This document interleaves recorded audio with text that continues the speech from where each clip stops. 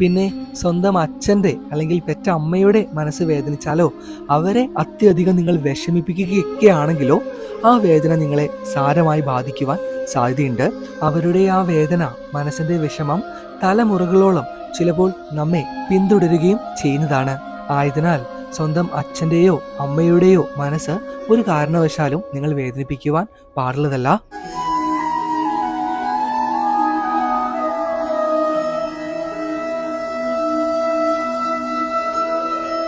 ശ്രേഷ്ഠ വചനങ്ങൾ ഭാഗം 84. ക്ഷമയും ആത്മാർത്ഥതയും സ്വായത്തമാക്കുക. മനസ്സ് സുന്ദരമായാൽ കാണുന്നതെല്ലാം തീർച്ചയായും സുന്ദരമായിരിക്കും. ഹരേ കൃഷ്ണ. നമസ്കാരം. നമ്മുടെ പ്രാർത്ഥന മറ്റുള്ളവർക്ക് എപ്പോഴാണ് ശല്യമായി മാറുന്നത്? നിങ്ങൾ ശ്രദ്ധിച്ചാൽ അറിയാം, ഭൂരിഭാഗം ഭക്തജനങ്ങളുടെയും വീടുകളിൽ ഇത്തരത്തിലുള്ള ഒരാളുണ്ടാവും. ചിലപ്പോഴത് പ്രായമായിട്ടുള്ളവരാകാം, ചെറുപ്പമായിട്ടുള്ളവരാകാം. ഒന്ന് വഴക്കിട്ട് കഴിഞ്ഞാൽ അന്നത്തെ ദിവസം വൈകിട്ടത്തെ നാമജപത്തിന്റെ ശബ്ദം ഇത്തിരി കൂട്ടുന്നവർ, അല്ലെങ്കിൽ പ്രാർത്ഥനയുടെ അളവും ശബ്ദവും ഉയർത്തി ഭഗവാനെ വിളിക്കുന്നവർ. ഈ ഒരു പ്രവൃത്തി കൊണ്ട് ശരിക്കും എന്തെങ്കിലും ഗുണമുണ്ടോ? മറ്റുള്ളവരെ കാണിക്കാനാണോ നമ്മൾ സാധാരണ പ്രാർത്ഥനകളിൽ ഏർപ്പെടേണ്ടത്?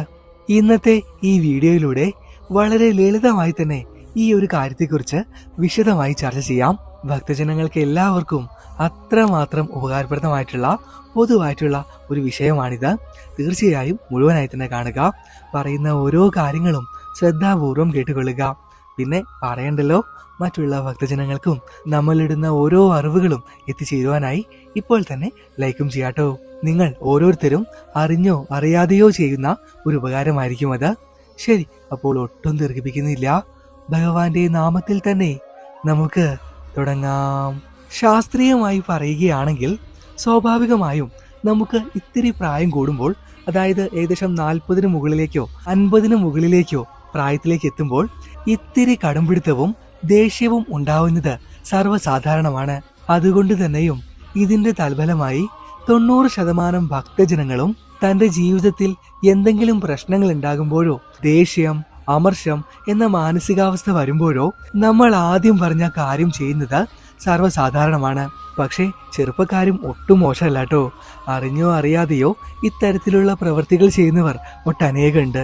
ഞങ്ങളുടെ ഏറ്റവും പ്രിയപ്പെട്ട ഭക്തജനങ്ങൾ ഈ കാര്യം ഒന്ന് ശ്രദ്ധിക്കുക.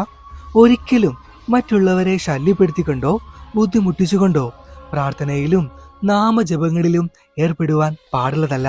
അതുകൊണ്ട് ഒരിക്കലും നമുക്ക് ദോഷമല്ലാതെ ഗുണം സംഭവിക്കുകയില്ല എന്നുള്ള യാഥാർത്ഥ്യം നമ്മൾ ഓരോരുത്തരും മനസ്സിലാക്കേണ്ടതാണ്. ഇപ്പോൾ ഉദാഹരണമായിട്ട് പറഞ്ഞു കഴിഞ്ഞാൽ, അത്യാവശ്യം തിരക്കില്ലാത്ത ഒരു ക്ഷേത്രമാണ് എങ്കിൽ പോലും ഭഗവാന്റെ നാമങ്ങൾ ഉറക്കെ ചൊല്ലുന്ന ഒട്ടനേകം ഭക്തജനങ്ങളെ നമുക്ക് കാണുവാനായിട്ട് സാധിക്കും. അടുത്ത് മറ്റുള്ള ഭക്തജനങ്ങളുണ്ട്, അവരും പ്രാർത്ഥിക്കുകയാണ്, അല്ലെങ്കിൽ മനസ്സിൽ നാമം ജപിച്ചുകൊണ്ടിരിക്കുകയാണ് എന്നുള്ള ചിന്തയൊന്നുമില്ലാതെ ഉറക്കെ പ്രാർത്ഥിക്കുകയും ഭഗവാനെ വിളിക്കുകയും ഇപ്പോൾ പറഞ്ഞ പോലെ നാമജപങ്ങളിൽ ഏർപ്പെടുകയും ചെയ്യുന്നവരുണ്ട്. നിങ്ങൾ അറിഞ്ഞോ അറിയാതെയോ ഇന്നലെ വരെ ഈ ഒരു പ്രവൃത്തി ചെയ്തു പോന്നിട്ടുള്ളവരാണ് എങ്കിൽ തീർച്ചയായും അതങ്ങ് നിർത്തിക്കൊള്ളുക.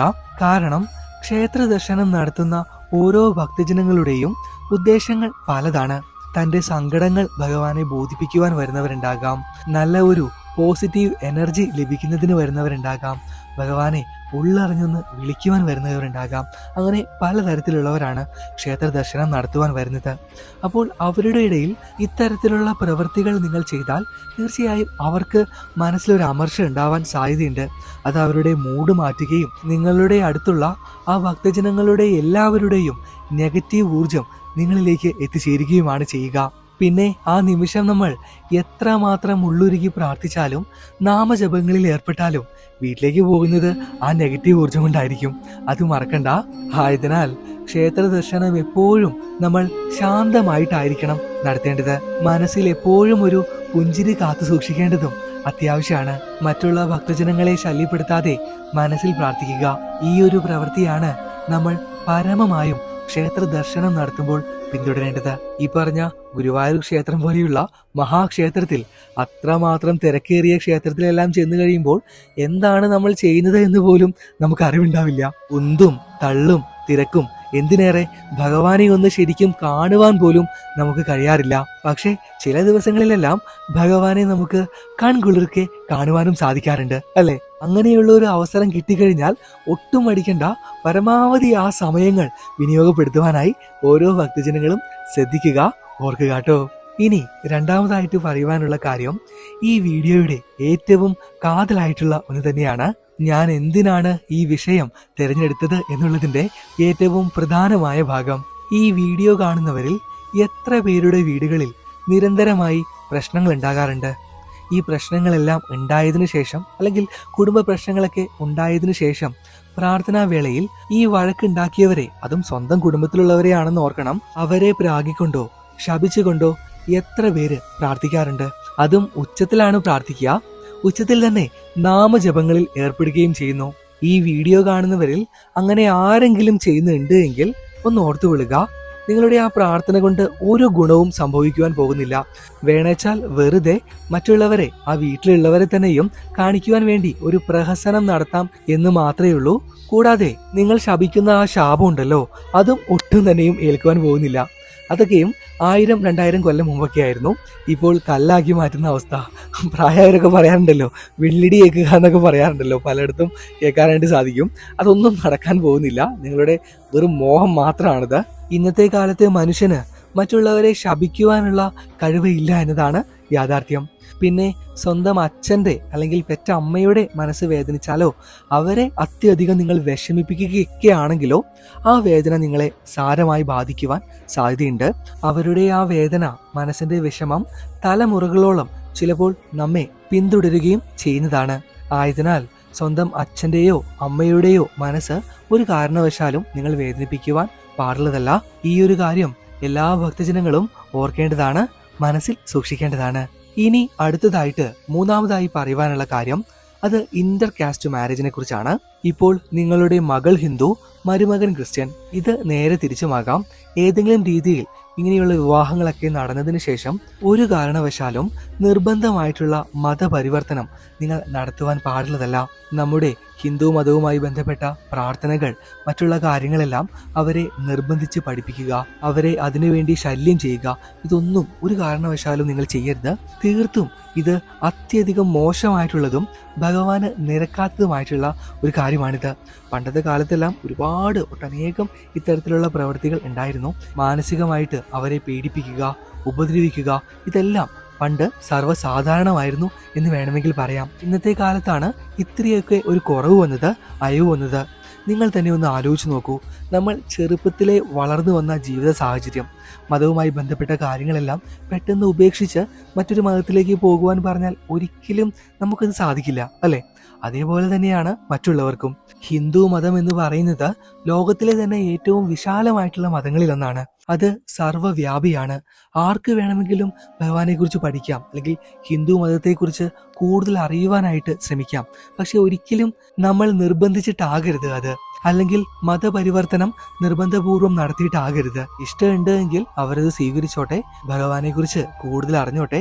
ഒരിക്കലും ആ ഒരു പ്രവൃത്തി ഭക്തജനങ്ങൾ ചെയ്യുവാൻ പാടില്ലാത്തതാണ്.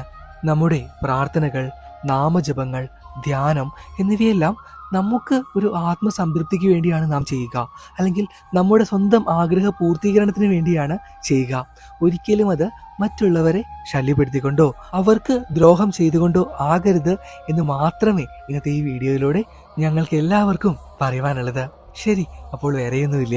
ഇന്നത്തെ ഈ വീഡിയോയെക്കുറിച്ചുള്ള, വിഷയത്തെക്കുറിച്ചുള്ള ഞങ്ങളുടെ ഏറ്റവും പ്രിയപ്പെട്ട ഭക്തജനങ്ങളുടെ വിലപ്പെട്ട അഭിപ്രായങ്ങൾ അത് താഴെ കമന്റിൽ എഴുതുവാൻ മറക്കരുത്, മടിക്കരുത്. എന്ന് തന്നെയായാലും എഴുതിക്കൊള്ളൂട്ടോ. ഞങ്ങൾ തീർച്ചയായിട്ടും അത് വായിച്ച് വേണ്ട മറുപടികൾ നൽകുന്നതായിരിക്കും. ഇനിയിപ്പോൾ സംശയങ്ങൾ എന്തെങ്കിലും ഉണ്ട് വെച്ചാൽ അതും താഴെ എഴുതുക, ഞങ്ങൾ തീർച്ചയായും മറുപടി നൽകുന്നതായിരിക്കും കേട്ടോ. പിന്നെ ഈ പുതുവർഷത്തിലെ ആദ്യത്തെ വീഡിയോ അത്രമേൽ സന്തോഷത്തോടു കൂടി സ്പോൺസർ ചെയ്തിട്ടുള്ളത് ജയൻ എന്ന നാമധേയത്തിലുള്ള ഒരു അങ്കിളാണ്, സ്വദേശം കണ്ണൂർ.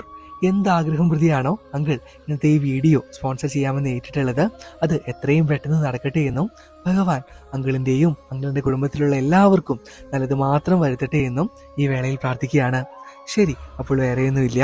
എത്രയും പെട്ടെന്ന് തന്നെ അടുത്ത ക്ഷേത്ര വീഡിയോകളും ഇതേപോലെയുള്ള കൂടുതൽ അറിവുകളും ഭഗവാന്റെ വർണ്ണനകളൊക്കെ ആയിട്ട് നമുക്ക് കാണാം. ഭഗവാൻ ആ കള്ളക്കണ്ണൻ എല്ലാവരെയും രണ്ട് കൈ നീട്ടി ഈ വേളയിൽ അനുഗ്രഹിക്കട്ടെ എന്ന് പ്രാർത്ഥിച്ചുകൊണ്ട് നിർത്തുന്നു. കാണാം, വാക്കെല്ലാം. നന്ദി, നമസ്കാരം.